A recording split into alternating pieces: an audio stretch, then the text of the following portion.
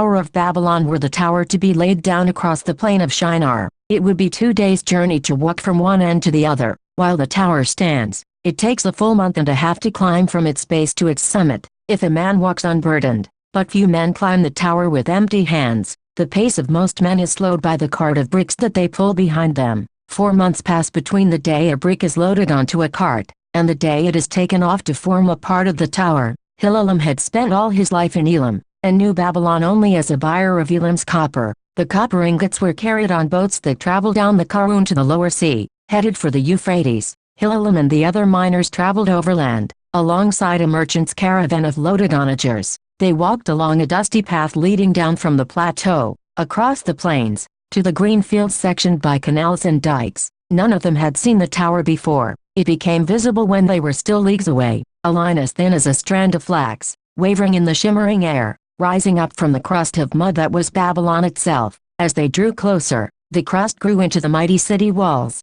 but all they saw was the tower. When they did lower their gazes to the level of the river plain, they saw the marks the tower had made outside the city. The Euphrates itself now flowed at the bottom of a wide, sunken bed, dug to provide clay for bricks. To the south of the city could be seen rows upon rows of kilns, no longer burning. As they approached the city gates, the tower appeared more massive than anything Hillel had ever imagined. A single column that must have been as large around as an entire temple, yet rising so high that it shrank into invisibility. All of them walked with their heads tilted back, squinting in the sun. Hillelem's friend Nanny prodded him with an elbow. Awestruck, "We're to climb that? To the top? Going up to dig? It seems unnatural." The miners reached the central gate in the western wall, where another caravan was leaving. While they crowded forward into the narrow strip of shade provided by the wall, their foreman Belly shouted to the gatekeepers who stood atop the gate towers, "We are the miners summoned from the land of Elam." The gatekeepers were delighted. One called back,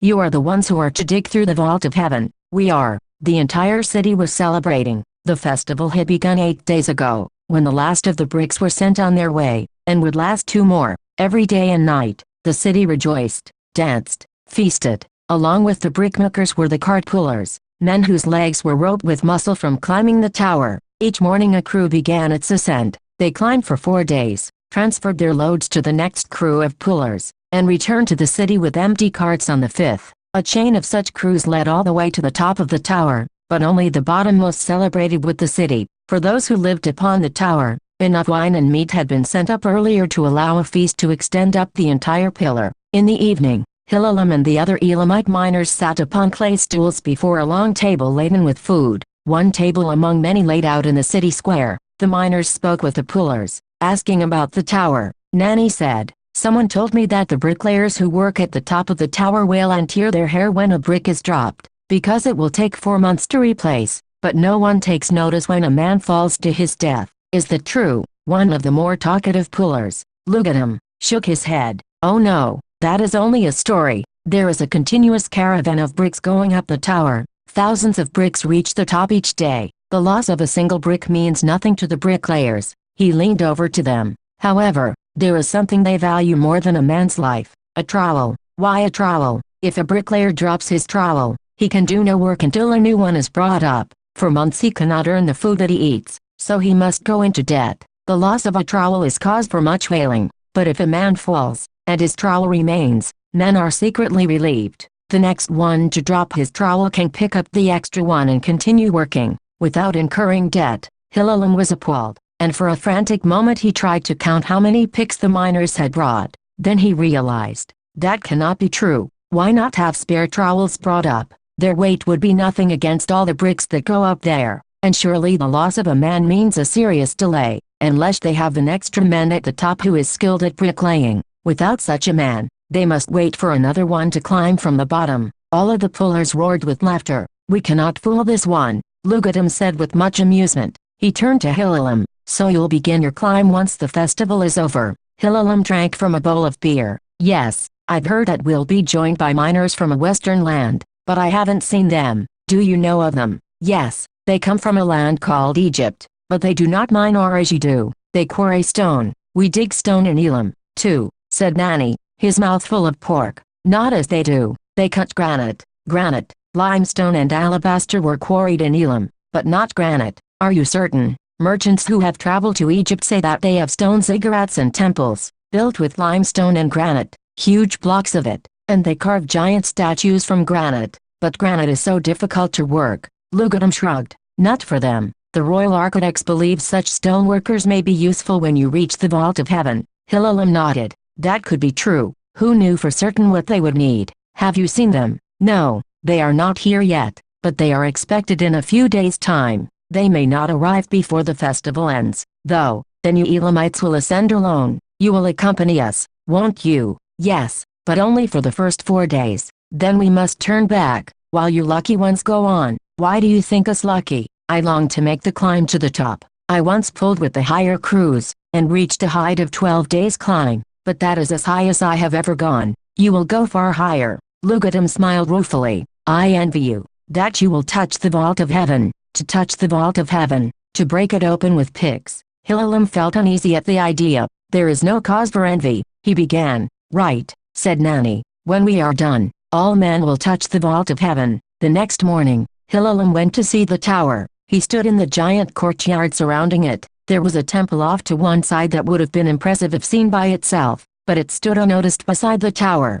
He could sense the utter solidity of it. According to all the tales, the tower was constructed to have a mighty strength that no ziggurat possessed. It was made of baked brick all the way through, when ordinary ziggurats were mere sun-dried mud brick, having baked brick only for the facing. The bricks were set in a bitumen mortar, which soaked into the fired clay, forming a bond as strong as the bricks themselves. The tower's base resembled the first 2 platforms of an ordinary ziggurat. There stood a giant square platform some 200 cubits on a side and 40 cubits high, with a triple staircase against its south face. Stacked upon the first platform was another level. A smaller platform reached only by the central stair. It was atop the second platform that the tower itself began. It was 60 cubits on a side, and rose like a square pillar that bore the weight of heaven. Around it wound a gently inclined ramp, cut into the side, that banded the tower like the leather strip wrapped around the handle of a whip. No, upon looking again, Hilalam saw that there were 2 ramps, and they were intertwined. The outer edge of each ramp was studded with pillars, not thick but broad, to provide some shade behind them. In running his gaze up the tower, he saw alternating bands, ramp, brick, until they could no longer be distinguished, and still the tower rose up and up, farther than the eye could see. Hilalam blinked, and squinted, and grew dizzy. He stumbled backwards a couple steps, and turned away with a shudder. Hilalam thought of the story told to him in childhood, the tale following that of the deluge. It told of how men had once again populated all the corners of the earth, inhabiting more lands than they ever had before. How men had sailed to the edges of the world, and seen the ocean falling away into the mist to join the black waters of the abyss far below. How men had thus realized the extent of the earth, and felt it to be small, and desired to see what lay beyond its borders, all the rest of Yahweh's creation. How they looked skyward, and wondered about Yahweh's dwelling place, above the reservoirs that contained the waters of heaven, and how, many centuries ago, there began the construction of the tower, a pillar to heaven, a stair that men might ascend to see the works of Yahweh, and that Yahweh might descend to see the works of man. It had always seemed inspiring to Hilalam, a tale of thousands of men toiling ceaselessly, but with joy, for they worked to know Yahweh better. He had been excited when the Babylonians came to Elam looking for miners, yet now that he stood at the base of the tower, his senses rebelled, insisting that nothing should stand so high. He didn't feel as if he were on the earth when he looked up along the tower. Should he climb such a thing? On the morning of the climb, the second platform was covered, edge to edge, with stout 2-wheeled carts arranged in rows. Many were loaded with nothing but food of all sorts, sacks filled with barley, wheat, lentils, onions, dates, cucumbers, loaves of bread, dried fish. There were countless giant clay jars of water, date wine, beer, goat's milk, palm oil. Other carts were loaded with such goods as might be sold at a bazaar, bronze vessels, reed baskets, bolts of linen, wooden stools and tables. There was also a fattened ox and a goat that some priests were fitting with hoods so that they could not see to either side, and would not be afraid on the climb. They would be sacrificed when they reached the top. Then there were the carts loaded with the miners' picks and hammers, and the makings for a small forge. Their foreman had also ordered a number of carts be loaded with wood and sheaves of reeds. Lugadam stood next to a cart, securing the ropes that held the wood. Hilalam walked up to him. From where did this wood come? I saw no forests after we left Elam. There is a forest of trees to the north, which was planted when the tower was begun. The cut timber is floated down the Euphrates. You planted an entire forest. When they began the tower, the architects knew that far more wood would be needed to fuel the kilns than could be found on the plain, so they had a forest of trees planted. There are crews whose job is to provide water, and plant one new tree for each that is cut. Hillel was astonished, and that provides all the wood needed,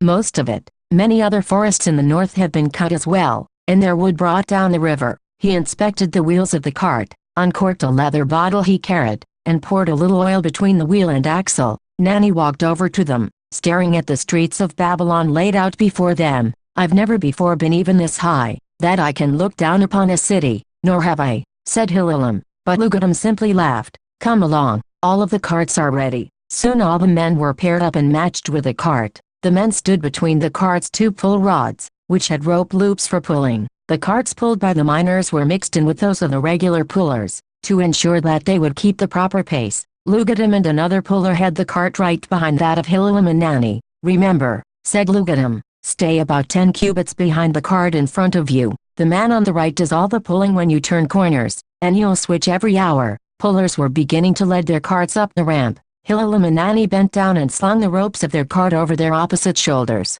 They stood up together, raising the front end of the cart off the pavement. Now pull, called Lugadim. They leaned forward against the ropes, and the cart began rolling. Once it was moving, pulling seemed to be easy enough, and they wound their way around the platform. Then they reached the ramp, and they again had to lean deeply. This is a light wagon, muttered Hillel. The ramp was wide enough for a single man to walk beside a cart if he had to pass. The surface was paved with brick, with two grooves worn deep by centuries of wheels. Above their heads, the ceiling rose in a corbelled vault, with the wide, square bricks arranged in overlapping layers until they met in the middle. The pillars on the right were broad enough to make the ramp seem a bit like a tunnel. If one didn't look off to the side, there was little sense of being on a tower. Do you sing when you mine? Asked Lugadim. When the stone is soft, said Nanny, sing one of your mining songs. Then, the call went down to the other miners, and before long the entire crew was singing. As the shadow shortened, they ascended higher and higher,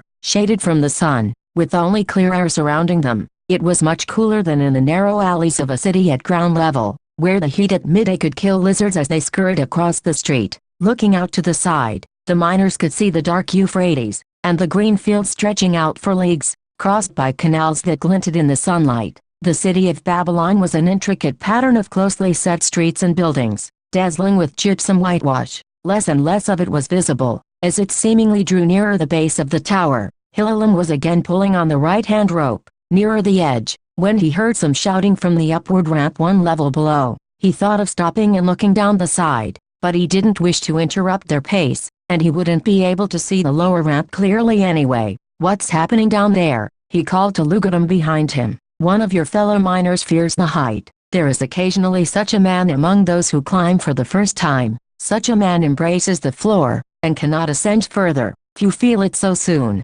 though. Hillel understood. We know of a similar fear, among those who would be miners. Some men cannot bear to enter the mines, for fear that they will be buried. Really, called Lugadim. I had not heard of that. How do you feel yourself about the height? I feel nothing. But he glanced at Nanny, and they both knew the truth. You feel nervousness in your palms, don't you? Whispered Nanny. Hillel rubbed his hands on the coarse fibers of the rope, and nodded. I felt it too, earlier, when I was closer to the edge. Perhaps we should go hooded, like the ox and the goat, muttered Hillel jokingly. Do you think we too will fear the height, when we climb further? Hillel considered, that one of their comrades should feel the fear so soon did not bode well. He shook it off. Thousands climbed with no fear, and it would be foolish to let one miner's fear infect them all. We are merely unaccustomed. We will have months to grow used to the height. By the time we reach the top of the tower, we will wish it were taller. No, said Nanny, I don't think I'll wish to pull this any further.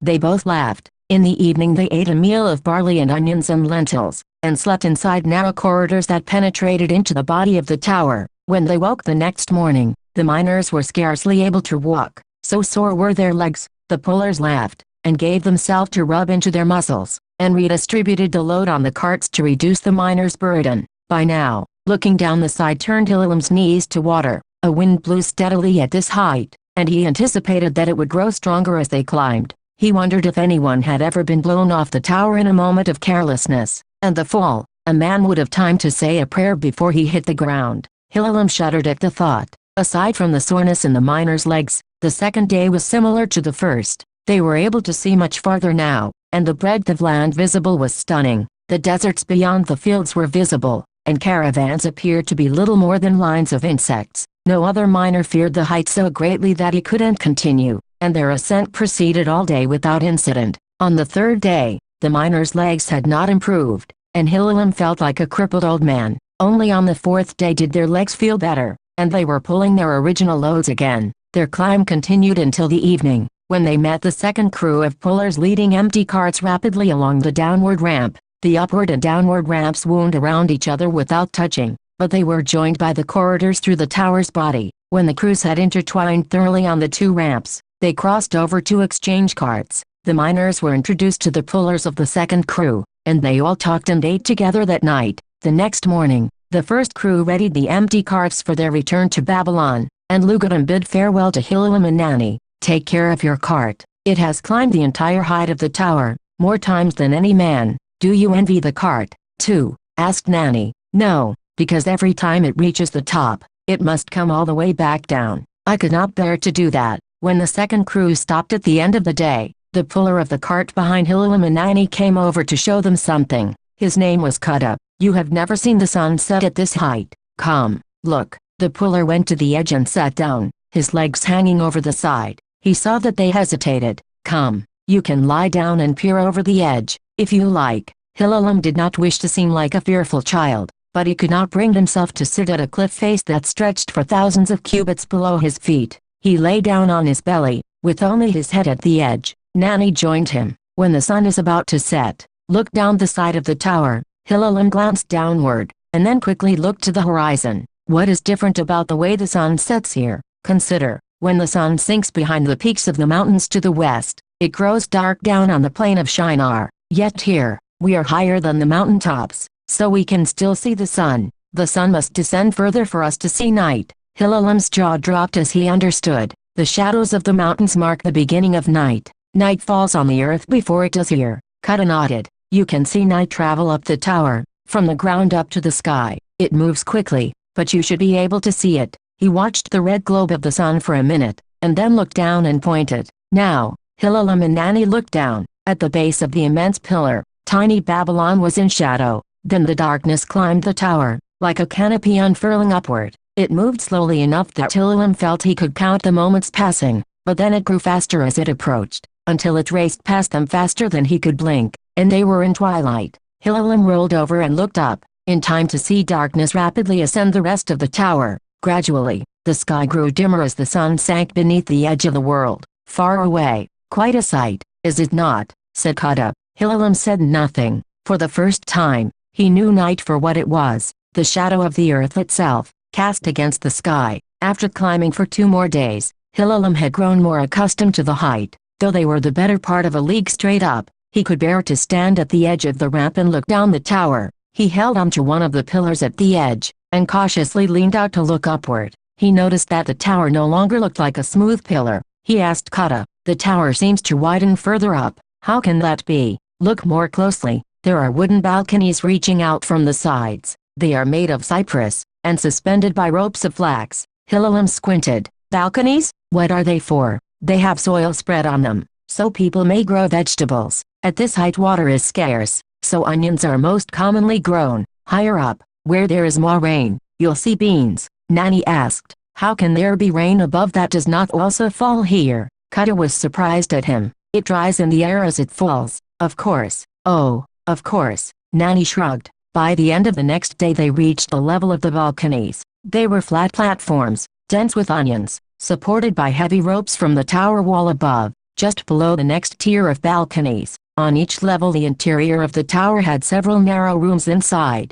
in which the families of the pullers lived. Women could be seen sitting in the doorways sewing tunics, or out in the gardens digging up bulbs. Children chased each other up and down the ramps, weaving amidst the pullers' carts, and running along the edge of the balconies without fear. The tower dwellers could easily pick out the miners, and they all smiled and waved. When it came time for the evening meal, All the carts were set down and food and other goods were taken off to be used by the people here. The pullers greeted their families, and invited the miners to join them for the evening meal. Hillelum and Nanny ate with the family of Kutta, and they enjoyed a fine meal of dried fish, bread, date wine, and fruit. Hillelum saw that this section of the tower formed a tiny kind of town, laid out in a line between two streets, the upward and downward ramps. There was a temple, in which the rituals for the festivals were performed. There were magistrates, who settled disputes. There were shops, which were stocked by the caravan. Of course, the town was inseparable from the caravan. Neither could exist without the other, and yet any caravan was essentially a journey,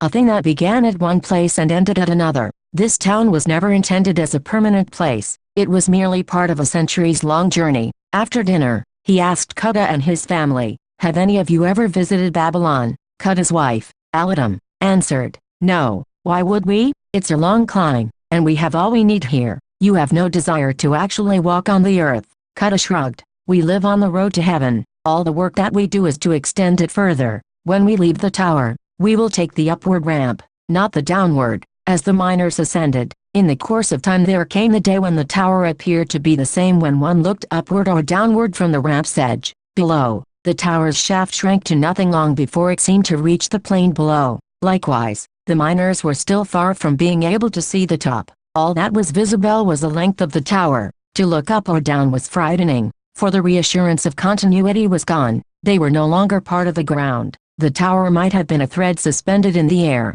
unattached to either earth or to heaven. There were moments during this section of the climb when Hillelum despaired, feeling displaced and estranged from the world. It was as if the earth had rejected him for his faithlessness, while heaven disdained to accept him. He wished Yahweh would give a sign, to let men know that their venture was approved. Otherwise how could they stay in a place that offered so little welcome to the spirit? The tower dwellers at this altitude felt no unease with their station. They always greeted the miners warmly and wished them luck with their task at the vault. They lived inside the damp mists of clouds. They saw storms from below and from above. They harvested crops from the air, and they never feared that this was an improper place for men to be. There were no divine assurances or encouragements to be had, but the people never knew a moment's doubt. With the passage of the weeks, the sun and moon peaked lower and lower in their daily journeys. The moon flooded the south side of the tower with its silver radiance, glowing like the eye of Yahweh peering at them. Before long, they were at precisely the same level as the moon when it passed. They had reached the height of the first of the celestial bodies.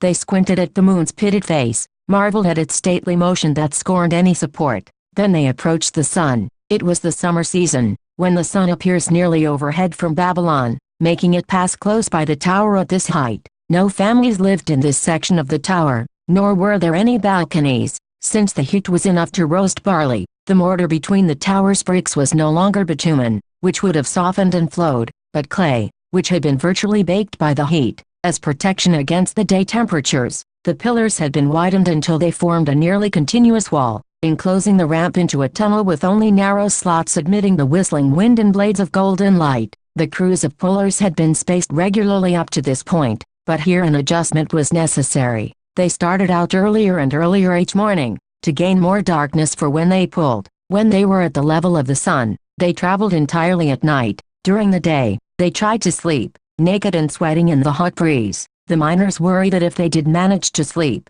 they would be baked to death before they awoke. But the pullers had made the journey many times, and never lost a man, and eventually they passed above the sun's level, where things were as they had been below. Now the light of day shone upward, which seemed unnatural to the utmost. The balconies had planks removed from them so that the sunlight could shine through. With soil on the walkways that remained, the plants grew sideways and downward, bending over to catch the sun's rays. Then they drew near the level of the stars. Small fiery spheres spread on all sides. Hillelum had expected them to be spread more thickly, but even with the tiny stars invisible from the ground, they seemed to be thinly scattered. They were not all set at the same height, but instead occupied the next few leagues above. It was difficult to tell how far they were, since there was no indication of their size, but occasionally one would make a close approach, evidencing its astonishing speed. Hillelum realized that all the objects in the sky hurtled by with similar speed, in order to travel the world from edge to edge in a day's time.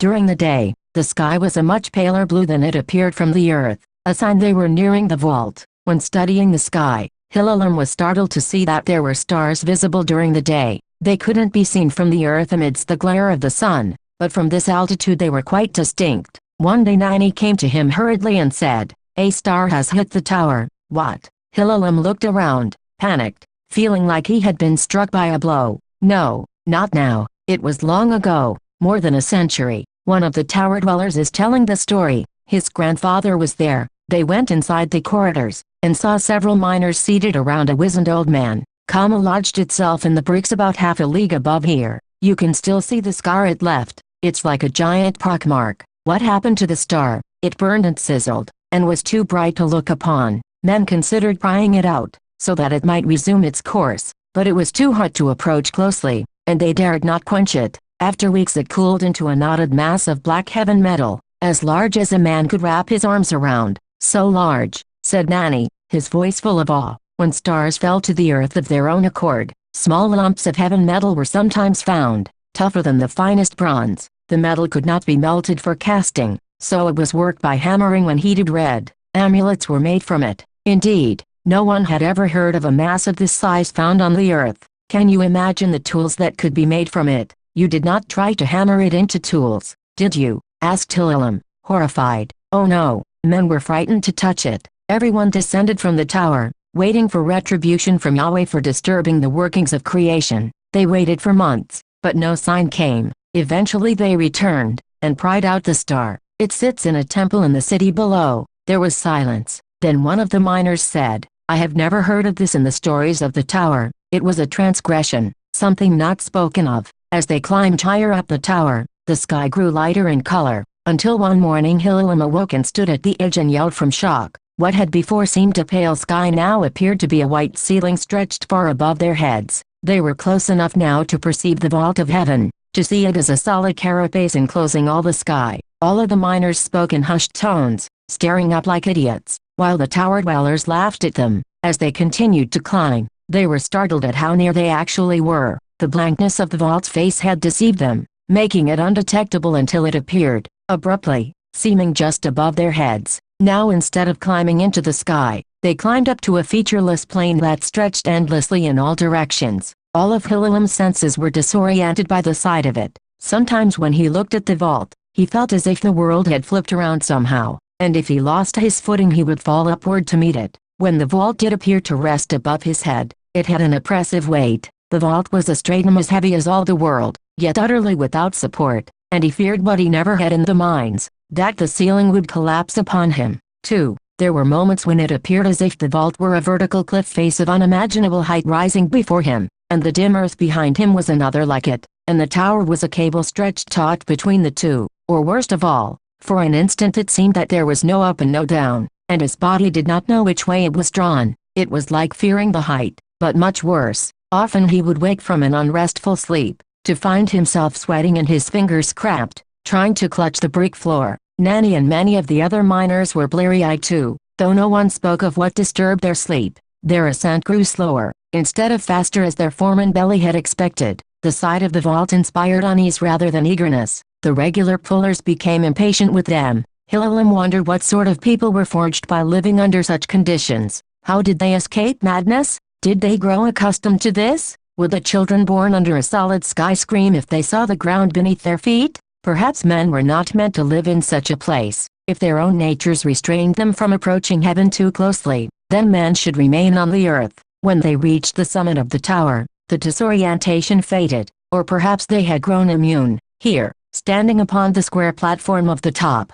the miners gazed upon the most awesome scene ever glimpsed by men. Far below them lay a tapestry of soil and sea, veiled by mist, rolling out in all directions to the limit of the eye. Just above them hung the roof of the world itself, the absolute upper demarcation of the sky, guaranteeing their vantage point as the highest possible. Here was as much of creation as could be apprehended at once. The priests led a prayer to Yahweh. They gave thanks that they were permitted to see so much, and begged forgiveness for their desire to see more. And at the top, the bricks were laid. One could catch the rich, raw smell of tar, rising out of the heated cauldrons in which the lumps of bitumen were melted. It was the most earthy odor the miners had smelled in 4 months, and their nostrils were desperate to catch a whiff before it was whipped away by the wind. Here at the summit, where the ooze that had once seeped from the earth's cracks now grew solid to hold bricks in place, the earth was growing a limb into the sky. Here worked the bricklayers, the men smeared with bitumen who mixed the mortar and deftly set the heavy bricks with absolute precision.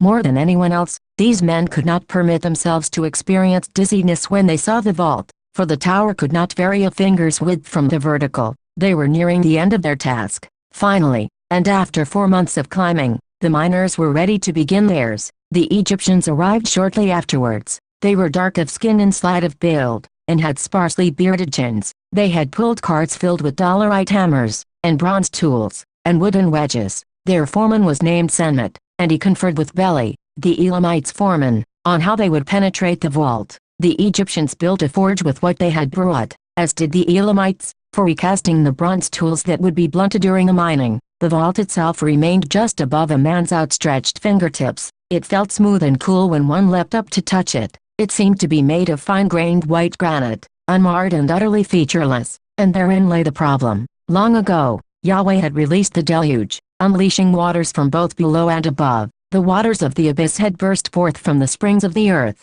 and the waters of heaven had poured through the sluice gates in the vault. Now men saw the vault closely, but there were no sluice gates discernible. They squinted at the surface in all directions, but no openings, no windows, no seams interrupted the granite plain. It seemed that their tower met the vault at a point between any reservoirs, which was fortunate indeed. If a sluice gate had been visible, they would have had to risk breaking it open and emptying the reservoir. That would mean rain for Shinar, out of season and heavier than the winter rains. It would cause flooding along the Euphrates. The rain would most likely end when the reservoir was emptied, but there was always the possibility that Yahweh would punish them and continue the rain until the tower fell and Babylon was dissolved into mud. Even though there were no visible gates, a risk still existed. Perhaps the gates had no seams perceptible to mortal eyes, and a reservoir lay directly above them. Or perhaps the reservoirs were huge, so that even if the nearest sluice gates were many leagues away, a reservoir still lay above them. There was much debate over how best to proceed. Surely Yahweh will not wash away the tower, argued Gordusa, one of the bricklayers. If the tower were sacrilege, Yahweh would have destroyed it earlier. Yet in all the centuries we've been working, we have never seen the slightest sign of Yahweh's displeasure. Yahweh will drain any reservoir before we penetrate it. If Yahweh looked upon this venture with such favor, there would already be a stairway ready-made for us in the vault, countered Aludi, an Elamite. Yahweh will neither help or hinder us. If we penetrate a reservoir, we will face the onrush of its waters. Hilalam could not keep his doubts silent at such a time. And if the waters are endless, he asked, Yahweh may not punish us, but Yahweh may allow us to bring our judgment upon ourselves. Elamite, said Gordusa, even as a newcomer to the tower, you should know better than that. We labor for our love of Yahweh. We have done so for all our lives, and so have our fathers for generations back. Men as righteous as we could not be judged harshly. It is true that we work with the purest of aims, but that doesn't mean we have worked wisely. Did men truly choose the correct path when they opted to live their lives away from the soil from which they were shaped? Never has Yahweh said that the choice was proper. Now we stand ready to break open heaven, even when we know that water lies above us. If we are misguided, how can we be sure Yahweh will protect us from our own errors? Hilalam advises caution, and I agree, said Beli. We must ensure that we do not bring a second deluge upon the world, nor even dangerous rains upon Shinar. I have conferred with Senmet of the Egyptians, and he has shown me designs which they have employed to seal the tombs of their kings. I believe their methods can provide us with safety when we begin digging.